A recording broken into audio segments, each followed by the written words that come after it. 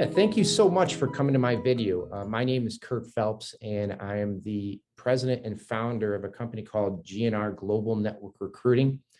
We have been around for over 23 years. We're one of the largest high-tech recruiting firms in the country, and we get to work with companies all over the world. I've been very fortunate for almost 25 years in the recruiting business to work with tech companies all over the world. I get to work with VCs and private equity. I get to work in companies here in the US. I get to work with companies all over the world.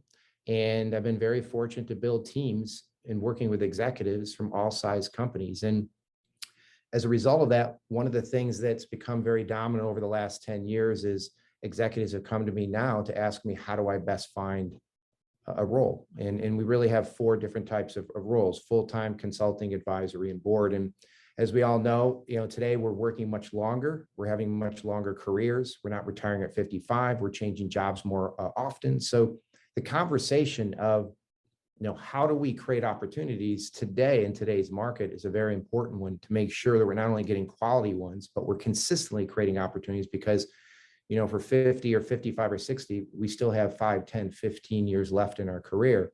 So through that advice, it's led to, building a platform to help better support that. And that's one of the reasons why I've become the CEO and the founder of an organization and a company and a platform called Phello, which is the first platform, in the world that now supports the executive on organizing, communicating, educating, and maintaining their years of contacts.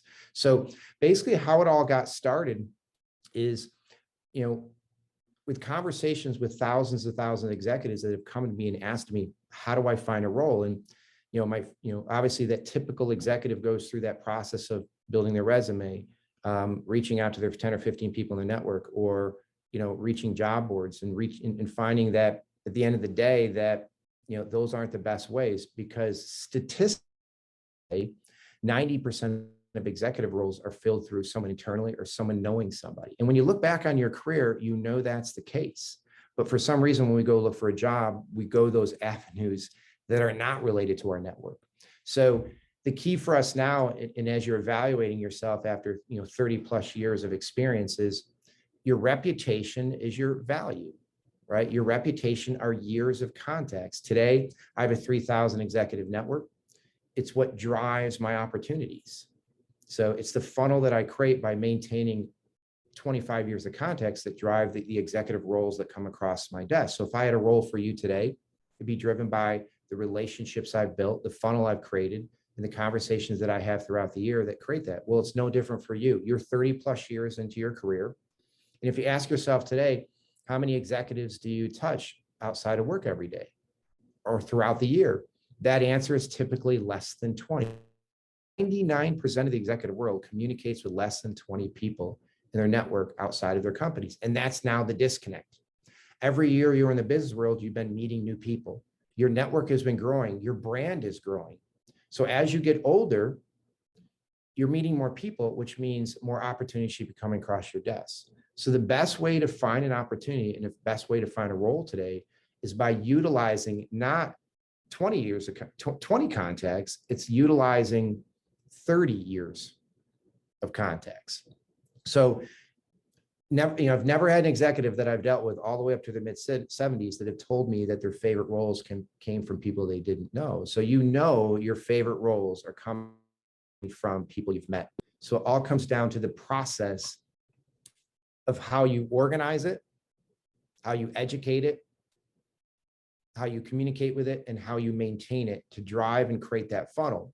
So what I'm going to show you today is we're going to talk a little bit about that process and how to use technology. And I'm going to use the example of one of our fellow members. And his name is Phil. And I'm going to share the screen with you here. And Phil here in his early 50s, so 30 years into his career, was working at Sterling Computers, and he was ready, to make a move out of Sterling. And he's a very successful sales leader. Very successful. And even as a VP and executive in the sales world, when asking Phil, all right, Phil, how many executives and how many directors and VPs and C-suite out of your network have you consistently communicated with? And it was less than 20. And again, the light bulb went off right away he would have never ran his business that way, but he didn't relate it to his personal life. So it's understanding that, Phil's in his early 50s. He's not going to retire at 55. He's not going to retire at 60. He's not going to retire probably at 65 either. He's got 10, 15 years left. So we don't want to go through this process of looking for your next role by only, solving the short-term problem of your next role. We also want to look at the long-term problem, right? As we get older, it's going to get harder. So how well we maintain that network is going to drive not only opportunities today, but it's going to drive the opportunities down the road. And be reminded, the world has changed, right? Companies aren't loyal. We change jobs 2 to 3 years now. We're not retiring at 55. When you start getting over 55, your age is going to be a part of your job search. As an executive recruiter and job boards, when you get to that 55-plus-year-old mark, they're not going to be as interested in you because they know they can hire somebody younger.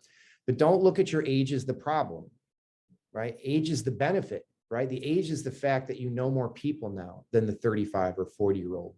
Don't make your strength your resume and your profile. Make your strength the reputation you've created after 30, 35, 40, 45 years, right? It's all the people you've met. I get a lot of folks that ask me, hey, Kurt, I've been in the semiconductor industry for 30 years. How do I get out of it? And I'm like, well, as an executive recruiter, I can't get you out of that, but your network can. Why? Because after 30 years, your network has moved. It's diverse. I started in one industry. Now I'm in 6 different industries. Why? Because my network took me there. You don't realize that over 30 years, your network has moved around, moved to different companies, moved to different size companies. That's the diversity that your network has created for you. So there's 4 components that we need to focus in on now, right? And the big first component is between your iPhone, your Android, your Outlook, your business cards, and LinkedIn, searching and validating the history of your career. So we spent time with Phil going through his history, right? Making sure that all the way back in Cisco and all the way back to Microtest, that he had all the information and all the context from from his history. And now the nice thing about this is not a time-consuming process because the average executive has about 300. So of course, a lot of people tell me, well, I got 5,000 connections. Well, it's not about how many connections. That's social media. I care about the people that are at the right level. In Phil's case, it's director, VP, and C-suite level people, and people he's met once in his life. That's the audience. After doing this with over 10,000 executives, that average number is going to be somewhere around 250 to 300. So we want to teach you how to search that history and validating and growing that network by utilizing, your Android, your iPhone, your business cards, and using LinkedIn. And we're going to teach you one-on-one on how to grow and search, because again, that's your value prop. So that's really, phase 1. Phase 2 in that process is, extracting that information. Most people don't know they can extract their data from LinkedIn. It's extracting your contacts from LinkedIn. And I won't show Phil here, but if I hit this contact info button, I get his personal email address. So 98% of the people in LinkedIn use personal email addresses. So now we're using LinkedIn to search your history. And then we're going to extract that data out, and you're going to import that in to a CRM. Okay. So this is where CRM. Now, if you're familiar with CRM, you know that Salesforce and Microsoft Dynamics and Sugar CRM and all these wonderful tools out there are pretty much overtaken the business world. I don't care if you're a 1-person company, a 10-person company, or a 20-person company, it doesn't matter, right? Today, we manage our companies, no matter what industry, by databases, by managing content and data. So, in Phil's case, in his early 50s, not only are we going to create his next role from his network, but we know we have 15 years left. So we're using a contact relationship manager, or in our case, what we call a professional, a PRM. We're going to use that technology to help organize. So now Phil has 369 contacts. He's got all of their company and titles, and then he has all of their personal email addresses. Now he's organized. And when I look at him, he's got a wonderful brand. That's a great, big, wonderful network. Okay. That's the second part of where we need to be in creating an opportunity, within utilizing our network. The third step is, as Phil was, thinking about in a strategy, okay, I have 369 people. How do I communicate with them? Well, remember, it's networking. We're not using our network as a job board. We're networking. So we're reaching out to and we're going to engage our network, but we're not going to send them a resume. That's not how we treat our network. So we have to learn how to communicate with that network now. But when we communicate, we got to drive them to something in the digital world that educates them. The problem with LinkedIn, nobody in your network is going to look at this. Everybody already knows Phil. It doesn't help them get to better know Phil and what Phil's all about. So the key today, and I've had one for 10 years, but the executive world's had one for the last 5 years, is we're now building personal professional websites. So I've known Phil for years, did not know he was from Cuba. I mean, it's those interesting stories. What shaped Phil? What's Phil all about? What is he proud of? How does career progress throughout his career? What are some of the things that shaped him in his life that made him who he is today? All these things, is what makes Phil who he is. And as I get from a lot of executives, they struggle very much with the executive recruiter on, the person didn't really get to know me very well, or the interview, and I'm just, we spent time, on my profile, but they don't really have a chance to get to know who I am and what I'm all about. Well, part of that is our fault by not presenting ourselves more than a resume, or presenting ourselves more than LinkedIn. I mean, imagine if Cisco didn't have a very good website. How would you feel about that? Not good. Well, your digital presence matters too. LinkedIn is there for the people you don't know. But now that Phil is 50 plus years old, 90% of his roles are going to come from somebody he knows. So he needs to care more about, these 500 or these 300 folks and how he can build a better relationship. So, part of that value is having that network get to know him outside of work as much as inside of work. And the personal side is what makes the person memorable. Now I remember him better. So when I need him as a VP of sales, I'll know when to better reach out because I had a chance to get to know him personally better. So personal websites are really important and really impactful. Again, don't just be innovative for the companies you work for today, but not be innovative for yourself. I mean, LinkedIn's been around for 20 years. It's not being innovative anymore. Resumes have been around for a long time. It's not being innovative. It's now evolving to realizing that you're a person, you're human, and your digital presence is really important to allowing your network to get to know you outside, but also asking the questions that they didn't know to even ask. And there's so many wonderful stories, and I've built wonderful websites, and we have a tremendous amount of here in Phello, thousands of them. And it's just so interesting to see how everybody has, and the stories they've gone through in their life to shape them instead of just being a VP of sales or a VP of engineering. So that's the third. And then the fourth component is learning how to communicate with your network, engaging your network, right? Being able to come in here and understanding, how do I now communicate? What do I say them after all these years? I have people in here from 2 years ago, 5, 10, 15, 20, 25. How do I engage them? How do I communicate with them, right? It's why we have marketing departments in companies. It's learning how to communicate. And one of the things that we talk about very heavily here is you don't have to sell the people you've met. These are people you've met through the years. You have to trust your reputation, right? Trust it, right? People like you. That's what allowed you to progress in your career. But you got to be humble. And the humble part is no one's sitting around thinking about you. Sales and marketing 101, right? Staying top of mind. Well, same with your network, right? We've built this network over the past 30 years because the companies we work for, we didn't build it from a personal perspective. So the network doesn't think of Phil personally, even though he's this wonderful executive. So the goal is, as we communicate with this network now, it's not selling them. We don't have to. It's reaching out to them and making ourselves accessible. Hope you're having a wonderful summer. Hope you're having a happy holiday. Hope your family's healthy and safe. Letting them know what you're working on right now and where you're at today or where you left. But most importantly is, love to catch up with you and see how we can help each other and realize, and this is the fun part about the experience. When you look back on your career, of course, you would have loved to stay in touch with the people you've worked with, either internal or your customers. But you got to realize that so doesn't your network. Your network wishes it could stay in touch too. So when you reach out to them, statistically today, we get a 35-40% response when an exec communicates with their network better. I mean, that's an unbelievable response compared to, to think the concept of marketing and sales. Well, why? Because we're networking, and people want to stay in touch with years of contacts. They want to, stay relevant to their network, but they don't know how to do it, and they're not doing it. And you're not hearing from your network. So you have to be the proactive communicator if you want to create high level, opportunities. And don't get me wrong, Lots of executives will reach out to 20 people and find a job. The problem in today's market, if it works, it'll be luck because you haven't seen enough, right? In my world today, when I decided to get an executive level recruiting, my network had to grow because there's a lot less opportunities. But I also had to come to realize too that I don't get all my executive roles in 1 month. I get them throughout the year. So, the key factor is creating that role isn't going to all happen in 30 days. It's going to take, we get great roles over 12 months. Now, I know you may have a sense of urgency in finding a role quickly, but you still got to be real. The fact that you're not going to get a ton of roles in 30 days. What's going to help that volume part is let's reach out to 350 people in a network. And in Phil's perspective, he got a 35% response. He was on the phone with somewhere around 125 people in his network. He was overwhelmed. He had over 12 interviews. He got like 6 offers, and he ended up, taking this wonderful new opportunity. But also there's opportunities now of consulting, advisory, and board.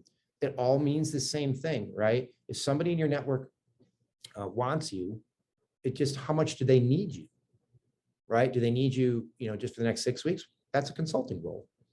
If they need you just once a quarter, that's a board role. All of those come from the same thing. I get lots of individuals asking me, how do I create a board role? Well, it's the same process as creating a full-time. It's coming from networks. Board roles are filled through investors or somebody knowing somebody. So it's important to recognize that your network is now going to guide you now that you're 30 plus years into your career. It's going to teach you what's next for you. You got to trust your reputation, and the investment you now need to make is into the process of how you organize, educate, communicate, and maintain your network. Your brand is your reputation. It's years and years of contacts, right? We don't need to invest into expensive career coaches and resume writers. Even on the resume side, you don't know what to write until you understand what your network needs from you. Let's listen to your network first, and then let's create deliverables later, right? And the key factor is it always works. I mean, again, look back on your career. You've had a wonderful career because people we just haven't done it to masses yet, and we haven't been consistent with it. So what I want you to look at yourself today is you're the CEO of your company. Take your age and subtract it by 21. That is the length of your company. If you were to go join a company at that level, you would critique it on where that company is at. So put that same bar at that level. You've been around for 30 years. You're a 30-year company. Well, how big is your executive network? We need to gather that. That tells us where our brand is at. A lot of cases, if, for example, I've gone through folks that worked for HP for 30 years. And when we were done organizing the network, they were really a small network. So it was great that they worked for, one company for a lot of years, but that ended up impacting the size of their network. So we had to teach them how to grow their network. So, but we're not going to go after meeting new people first until we understand the size of our network to begin with. So the goal here in the process that we're trying to focus in on is, where are we at after 30 years? How big is our network? Let's start communicating with it. And then if we need to grow our network bigger, then let's strategize on that. So the key for the platform and how it works. So there's basically 3 components to the platform. Everybody joins as a platinum member. And this is the biggest investment we put into you, right? This is the investment we put into you, right? We're going to help you organize your network. We're going to help you build your network. We're going to help you build a website. We're going to help you communicate with your network. We're going to work on with you one-on-one through Zoom calls directly with a networking expert, right? To communicate with, engage with you, become your branding and marketing team for you. Our goal over the next 4 or 6 weeks is to get you on the phone with 35, 40% of your network. Again, do the math. If you have a 300 executive network, we're going to get on the phone with 80 to 120 people in your network. I want you listening and learning. I want you to understand what's going well in your network, what's not going well in your network. I want you to find out what they need you for, what you feel, how you can help them. Those are very important learning experiences now that you're really utilizing your network probably for the first time. And then what's going to happen after a couple months, you're going to drop to professional. This is where that SaaS model comes in, right? Because we're going to teach you 2 things: how to communicate with your network better throughout the year, but also going to create accountability. If you don't have accountability, you're not going to maintain it. It's one of the reasons why we're not doing it today, accountability. So we want to create that. You're here investing in yourself, not only because you're 53 or 58 or 65, because you have short-term goals, but you have long-term goals too. It's time to invest into that. So we're going to use software and technology to help organize it and automate how we communicate with and educate. We're also here to provide you advice to make sure you're really, really good at it. So couple steps here. If you already have an appointment scheduled with me, look forward to catching up with you. If you don't have an appointment scheduled, would like to understand a little bit more, there's a link right below. It's jump in my calendar. We'll spend some time with you and educate you about what your situation is and how we can help you through the process of creating your next role by utilizing your network. Thanks for your time, and I hope you have a wonderful day.